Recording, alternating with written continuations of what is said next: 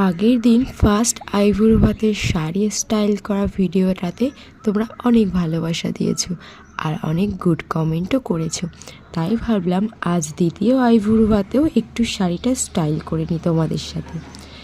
তো এটা ছিল একটা কটনের ওপরের শাড়ি।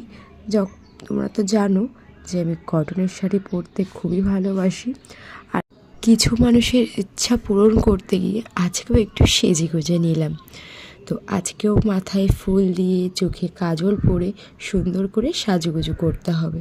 আর সাথে আমার ফেভারিট একটা জিনিস তোমরা হয়তো জানো না, সেটা হচ্ছে আমি খুব বড় বড় ইয়াররিংস পরতে ভালোবাসি। তো সেরকম দিয়ে আজকে একটু স্টাইল করব।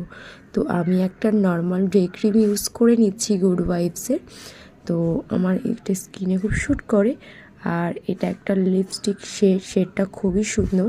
তোমরা চাইলে আমাকে কমেন্ট করতে পারো, আমি শেডটার নাম্বারটা দিয়ে দিতে পারি। আজকের আইবুড়ো ভাতটা খাওয়াচ্ছে আমার পাশের বাড়ির আর একটা জেঠিমণি। তো আমার অলরেডি দুটো আইবুড়ো ভাত খাওয়া হয়ে যাচ্ছে, এখনও 4-5টা আইবুড়ো ভাতের নিমন্ত্রণ রয়েই গেছে। তো ওগুলো যে কবে শেষ করব এত বিয়ের কেনাকাটার মাঝখান দিয়ে, তো বুঝতেই পারছি না।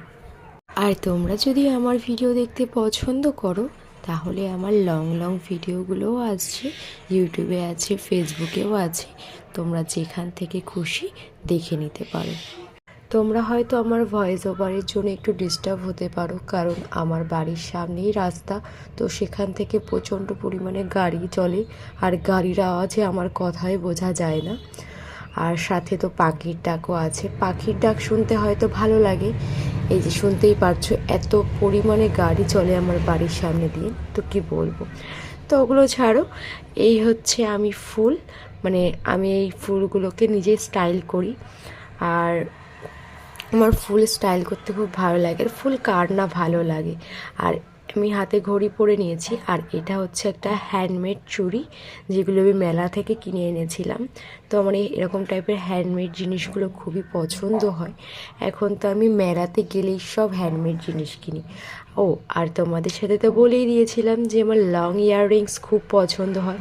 তো আমি একটা বড় দেখে ঝুমকা পরে নিয়েছি, যেটা আমি ফার্স্ট টাইম পরলাম, কারণ আমার সব কিছুই নতুন নতুনই পরার ইচ্ছা হয়। এই জন্য আমি সব কিছু নতুন নতুন স্টাইল করি তোমাদের সাথে। সব সময় তো আর পেরে উঠি না, কিছু পুরনো জিনিস দিয়ে স্টাইল করতে হয়, তো যতটা পারি ততটা করে নিই। তো আমার মেকআপ তো মোটামুটি ডান হয়ে গেছে। মেকআপ অ্যাকচুয়ালি তো কিছুই করি না, তো সাথে একটু কাজল পরে নিচ্ছি, একটু মাস্কারা, একটু টিপ লিপস্টিক, আর একটু নর্মালি ক্রিম। তো এগুলোই